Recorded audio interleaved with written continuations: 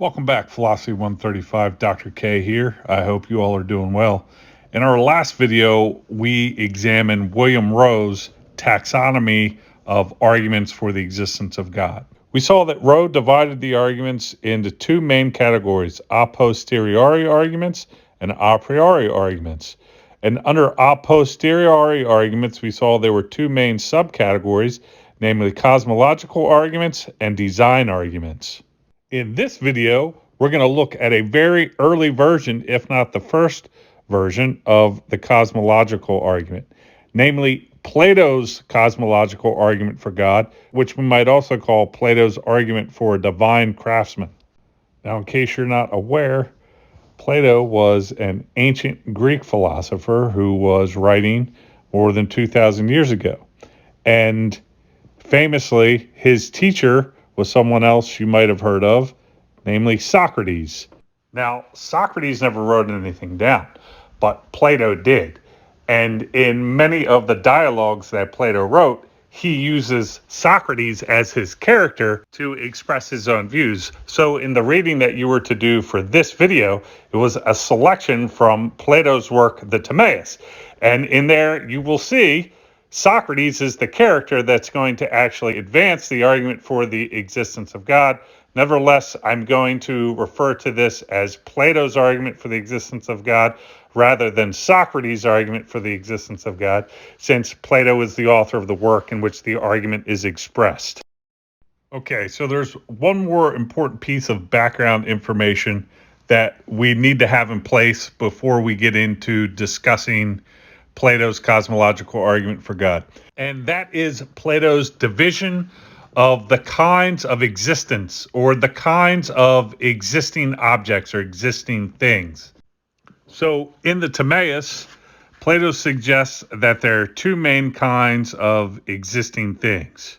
On the one hand, we have things that are eternal, that's to say, always in existence.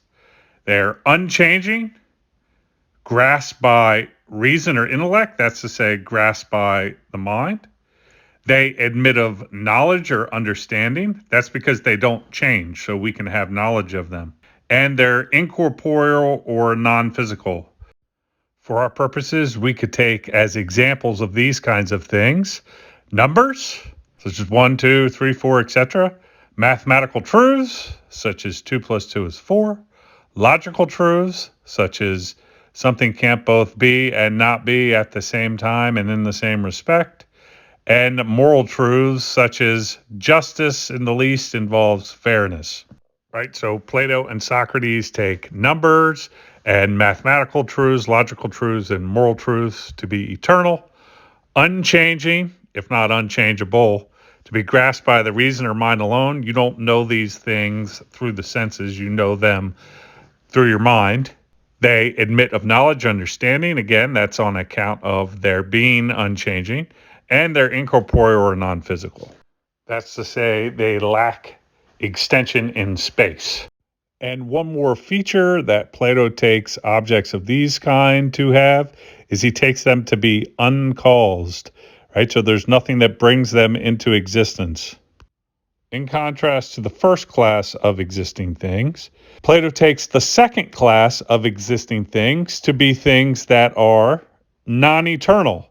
That's to say, they come to be and they pass away. They're impermanent. They're constantly changing. They're grasped not by intellect, but by perception or the senses of your body. They admit only of belief and opinion. You can't have true knowledge of them because they're changing from one moment to the next. And they're corporeal or physical, which is to say they are extended in the three spatial dimensions of length, width, and height. Examples of objects of this type would be your body, a tree, a rock, the sun, the moon, all the things that you can see, for example, with your bodily eyes, would fall under objects of this kind. Plato also says about objects of this kind that they always come to be by the agency of some cause. Right? They're always caused. Now, having discussed Plato's division of the two main kinds of objects, we're in a position to begin our discussion directly of his cosmological argument for God. As we'll see, the argument comes in two main parts. The first part is a demonstrative argument for the claim that the world is caused, and the second part is an argument for the claim that the cause is some minded being, that's to say, a divine craftsman, or what we might call God. So let's begin now our discussion for the first main part of Plato's cosmological argument, which is an argument that the world or the cosmos is caused. And to do that, let's think back to his division of existing objects and ask the question, where does the cosmos or universe fit in here? Is it an object that has the features on the left side of the graph, or is it an object that has the features on the right side of the graph? Plato/Socrates suggests the universe fits into the category of existent objects on the right side of the graph.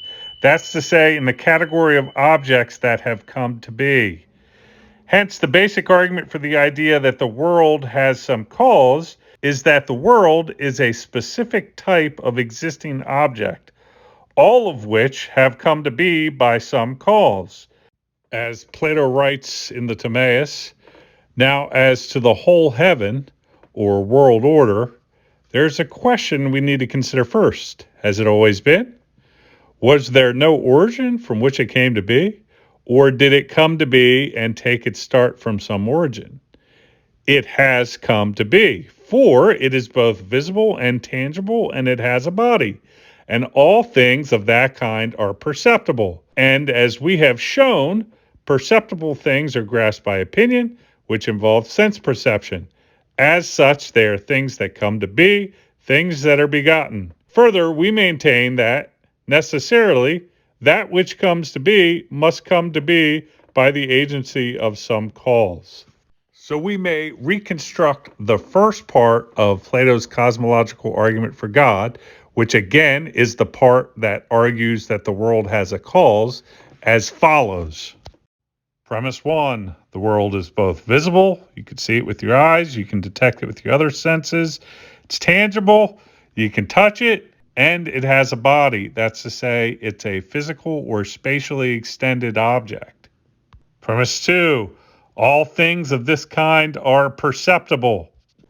3, and this is a derivation from 1 and 2, thus the world is perceptible, right? So if as in 1, the world's visible, tangible, and bodily, and as in 2, all things of this kind are perceptible, then it follows as in 3, that therefore the world is perceptible.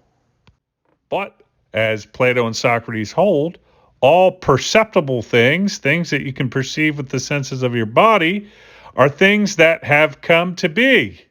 Thus, from 3 and 4, it follows in 5 that therefore the world came to be. Premise 6, but all things that have come to be have some cause. And the final conclusion in 7, therefore the world is caused. That's to say, the world has a cause. There's something that brought it into being. So having considered the first part of Plato's cosmological argument for God, which is this argument that the world has a cause, let us now turn to examining the second main part of his cosmological argument, which is going to be an argument for the claim that the cause of the world is a minded being or a divine craftsman, what we might call God. On this point, Plato writes, now surely it is clear to all that of all the things that have come to be, our world is the most beautiful. And of causes, therefore, the craftsman or the cause of the world is the most excellent. This then is how it came to be. It's a work of craft or art modeled after that which is changeless and is grasped by a rational account, that is, by wisdom. So if we're to summarize or get to the gist of what Plato is arguing here, it's that the cause of the world has to be a minded thing because the world is beautiful. That's to say, it has certain proportions and order, which means that the craftsman has access to eternal and changeless objects such as mathematical truths, which would be involved in making a proportionate and therefore beautiful world. And it takes reason and intellect to grasp such truths and then to create according to them. Therefore, the cause of the world is a minded thing, a divine creator or craftsman, if you would. If we wanted to state Plato's argument here more explicitly, we could put it as follows. Premise 1.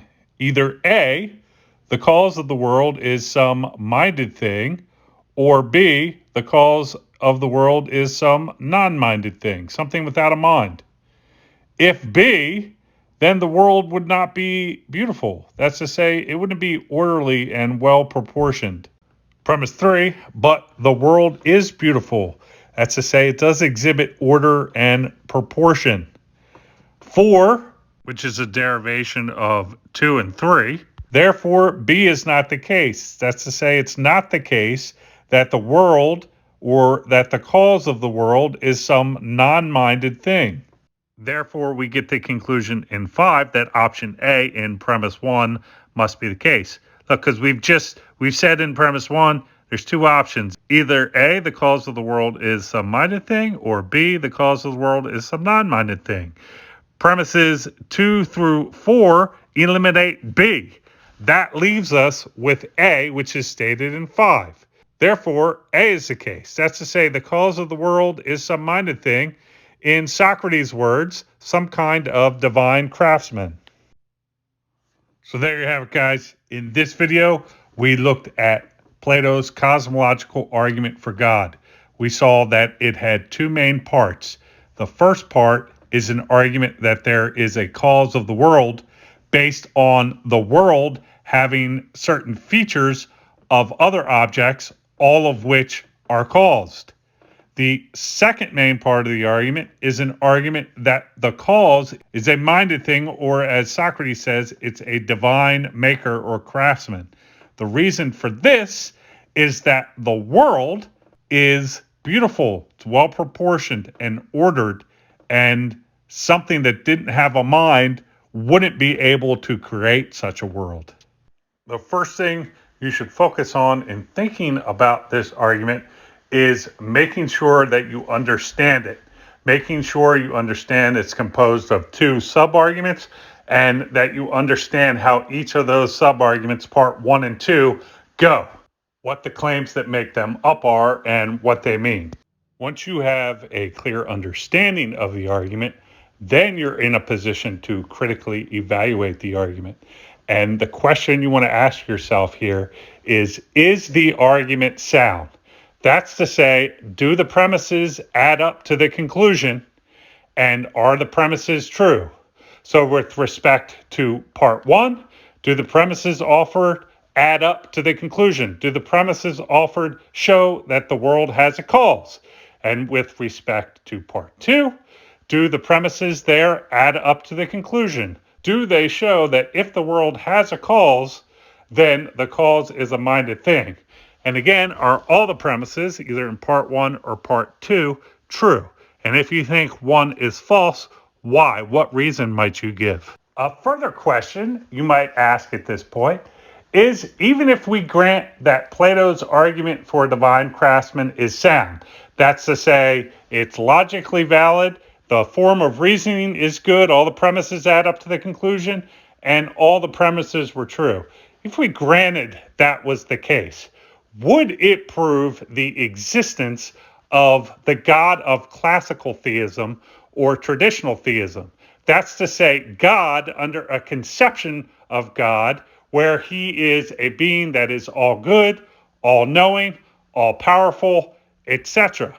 Or in proving the existence of a minded being or divine craftsman, as it aims to do, does it fall short of proving the existence of the God of classical theism under Rowe's account of classical theism? If you have any thoughts on these questions or any other comments you'd like to make on Plato's cosmological argument, I'd love to see them in the comments below.